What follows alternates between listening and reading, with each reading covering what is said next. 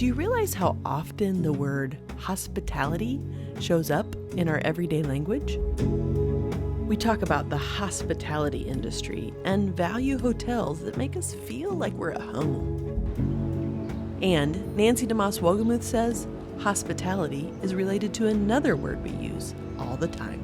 Well, the word hospital, in its original meaning, was a place of shelter and rest for travelers. My friend Katie Laitkep spent a good part of her teenage years in hospitals as doctors tried to figure out what was making her so sick. By the time I was about 16, I was told that I had multi-system organ dysfunction. When I was in 5th grade, I first started getting sick a lot. I was missing school all the time. The year after that, I was in 6th grade and I was hospitalized for the first time with a very severe migraine that just lasted for weeks. It was pain that would not stop no matter what we tried. My symptoms have primarily been neurological, mostly different forms of headaches and migraines, but also different forms of migraines, ocular migraines that caused me to lose my vision, a lot of fatigue, brain fog, and memory loss, joint pain, arthritis type symptoms. Some psych symptoms where the illness causes anxiety and even depression at times.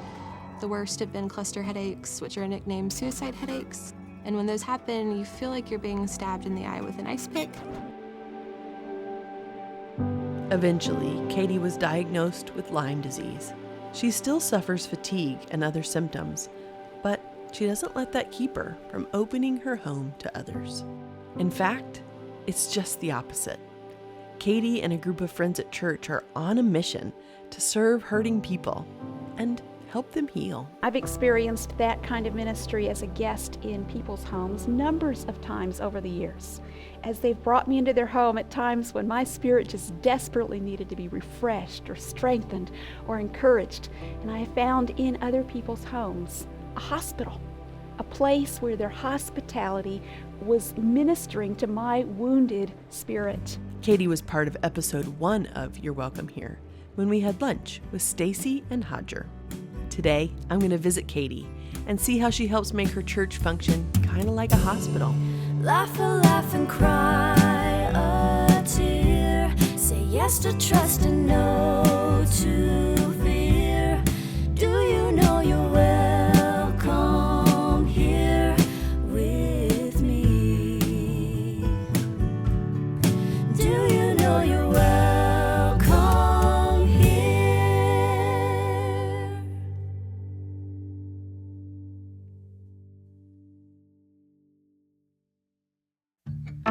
My condo is in the city of Houston. It is about 20-25 minutes from downtown. It is a 1-bedroom unit. It is not very big, but it feels very much like me. There are a lot of plants, a lot of books, and thankfully I get to have a lot of friends kind of coming in and out. Some of us start the day at 100%. I, with Lyme disease, start the day at a lower percentage than I would like.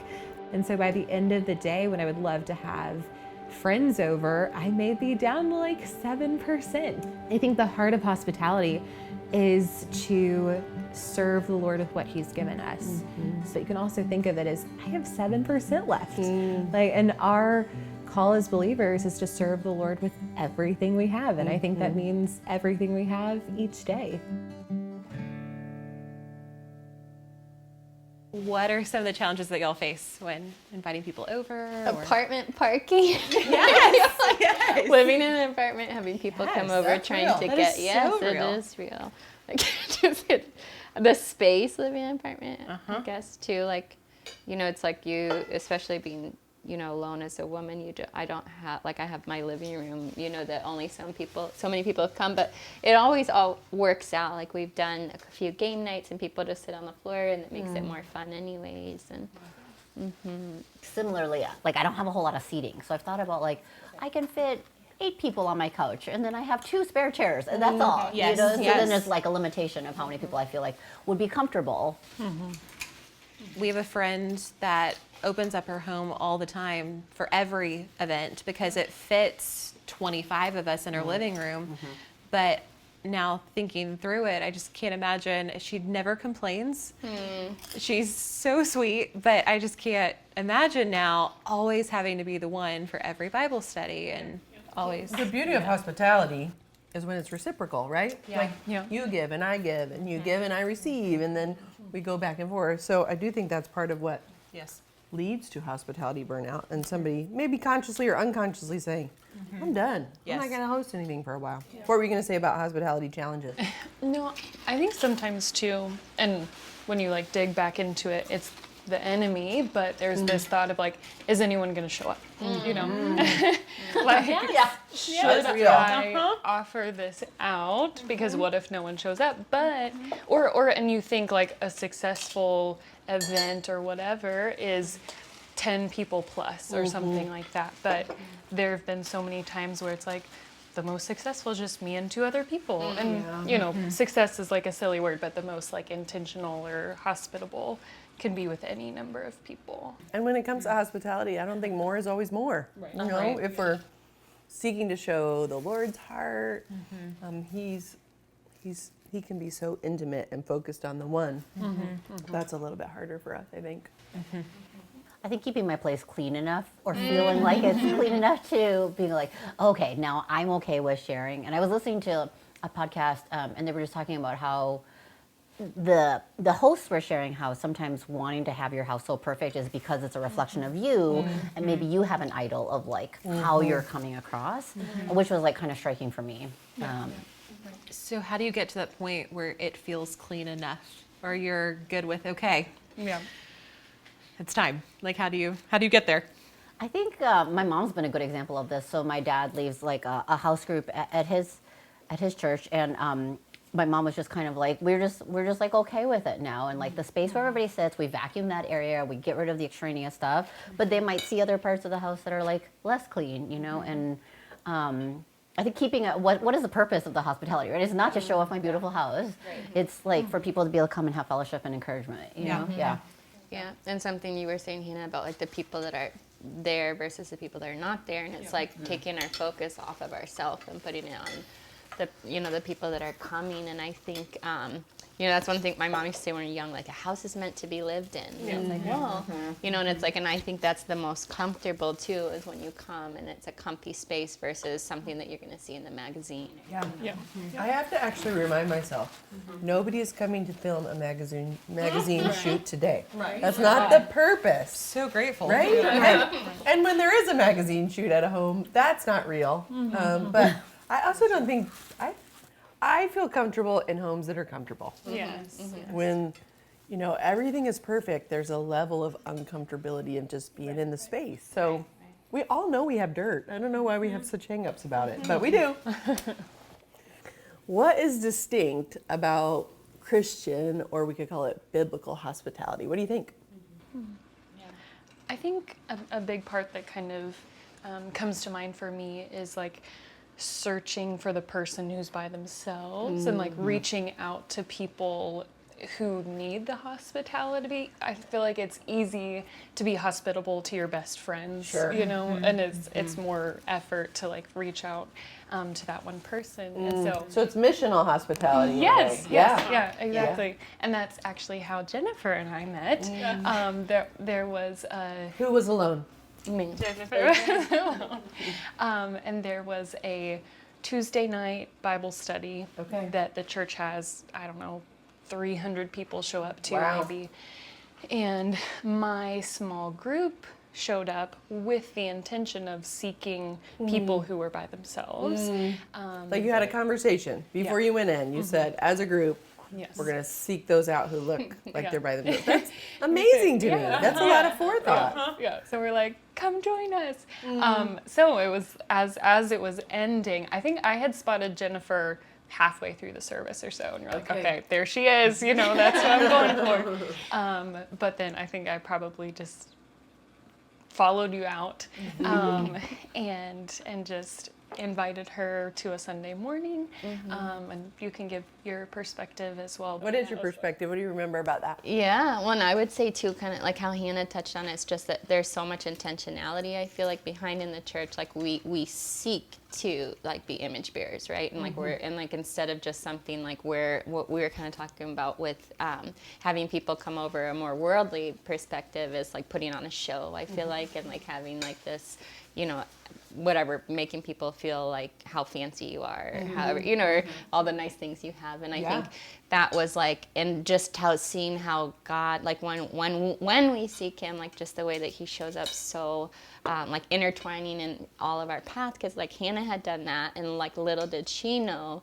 was that weekend before I was in a season of life where I literally had 0 girlfriends, and I was in a Bible study with women that were much older than me, that were like, you know, and I do believe God specifically put me there at the time, you know, at the time that I needed, and like women with deep roots, you know, and little did they know though that weekend I had prayed with my sister who goes to our church now, our current church, about leaving my church in Katy to come, even though I knew 0 people. And I met with the pastor's wife that weekend and told her I'll be leaving the church in Katy, going to this big church in the city that I, you know, and I'm walking out that night. It was on that Tuesday night, and Hannah came up behind me and said, "Are you sitting alone?" And it was just like one of those like God things, and like, you know, and it's like just the way that, like, you know, he never disappoints, and like, and it's something like when we're like, I feel like that was like a very, very selfless act to be like, okay, we're not here to get what we can get tonight, but we're looking for someone else, and like, you know, and God honored that, I feel like. So beautiful. I heard someone say once, I don't know who said it, but someone sitting alone in a church service is an emergency. And I love that visual. Like, we should all be on high alert. Of course, not just when they're in our church building, but there's lonely people in church. There's disconnected people in church. There's hurting people in church. And your story illustrates how just one simple act of walking up to somebody you don't know and asking can make such a big difference. Did you feel awkward in that moment? Did you feel scared? That's a good question. I was like, you know what, we're doing it. Yeah. We're doing it. Here we go. Which is Hannah. I feel like I had the whole, you know, probably 30 minutes of looking at Jennifer in the front row to be like, okay, what am I going to say, whatever. And then she just continued to show up and show up and show up. And then it was time to start a small group, and I begged behind the scenes to be part of her small group. And then Katie was part of our small group, and then now here we are today. Because one of the first people that I met in our class was Jennifer, who welcomed me into the class, and so it just continues. And if you ask a lot of the women now, like, who was your introduction into our group, it was, a lot of it goes back to these two. So it just continues. What started with Hannah was received by Jennifer, but they both continue to multiply it. I know that all of us here love the church, but I'm curious if anyone's had an experience where within the church or within the people of God, you felt a lack of hospitality, or like people weren't welcoming you in. Anybody want to jump into that? Yeah, I mean, years ago, I was in a really rough season with my health, where I had missed church. I had been very involved for a long time, and then I just got to the point where I was missing a lot of Sundays, and then I kept missing more Sundays because I was sick. And then after you've been out for a while, it just kind of gets to the point where it's really hard to go back. Re-entry is hard. It's so hard. And I just felt anxious about going back and not knowing how I'd be received. And I didn't need a welcome party, but I just needed to go back and be accepted back into the fold. And I went back, and I think our stage of life is very transitional by nature. There are a lot of people, and I was in my 20s at the time, and at that stage, people are coming and going from graduate school programs or changing cities or getting married and leaving the church and going other places. And so just by nature, I knew that it'd probably look different after being out for a few months. But I went in that Sunday, I felt like I worked up all the courage to go back in, like really was like, all right. Walked in by yourself. Walked in by myself. Yep. It should have been like it had been my church home. So it should have been an easy place to walk back in and feel like I was back at home. And I walked back in and didn't speak to a single person. Was not. Did anyone speak to you? No, was not acknowledged by any of the new people, which they didn't know me, but also didn't really get a chance to have any interactions with people that I did know. And when I walked out, it still gets me. Because I walked out and I just got in my car and just sobbed. Sorry. Oh, me too. Because if there's anywhere the saints should feel at home, it's with each other. And I had been so lonely, and I felt a million times more lonely after walking back out and being like, this was supposed to be it, and it wasn't. Yeah. And so I walked back into my house. My roommate hadn't gone to church that day, and I walked back in and was like so broken that she was like, what happened? Like, that's and she's like, was there a car accident? Like, did someone die? It's like, no. And she sat across in our living room and just sat across from me and just wept with me because she knew how badly I needed people, and I was just so lonely, and I never went back to that to that class or that church campus after that. I don't know that was the right thing to do. I just felt like it hurt so deeply. I just couldn't go back. It's interesting to me, if you listen to people's stories, those who are walking away from the faith or questioning the faith, the common denominator is church hurt. And I would never say that's an excuse to walk away from Jesus. Of course not. Or to not live in the way he's called us, or to put your Bible on the shelf and not read it again. But it's also really real. And I think the friendly fire, believer to believer, can be so painful. And it's not always something that was said. It could be, just a failure to welcome in. Yeah.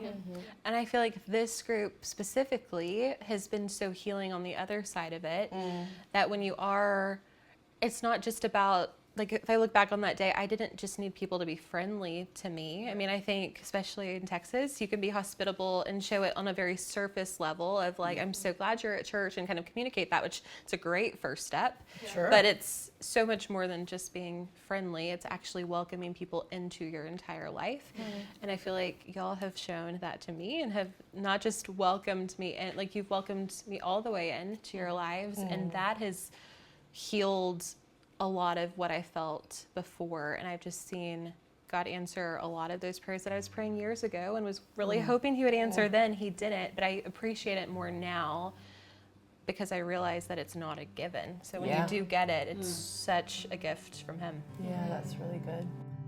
There's lots of themes. We've touched on lots of things, but one way we could summarize it is use whatever you have to welcome others in Jesus' name. Yeah. Whether it's your many years of training as an oncologist, which I can't use my oncology training, I don't have it, or your small table, or the ability to run, get chips and queso, or your story and the hard parts of your story, or your crazy ideas and your willingness to just, throw caution to the wind a little bit. Scripture is very clear that God made us distinctly and uniquely for the good of the body and the sake of the gospel. And so you ladies model that really beautifully.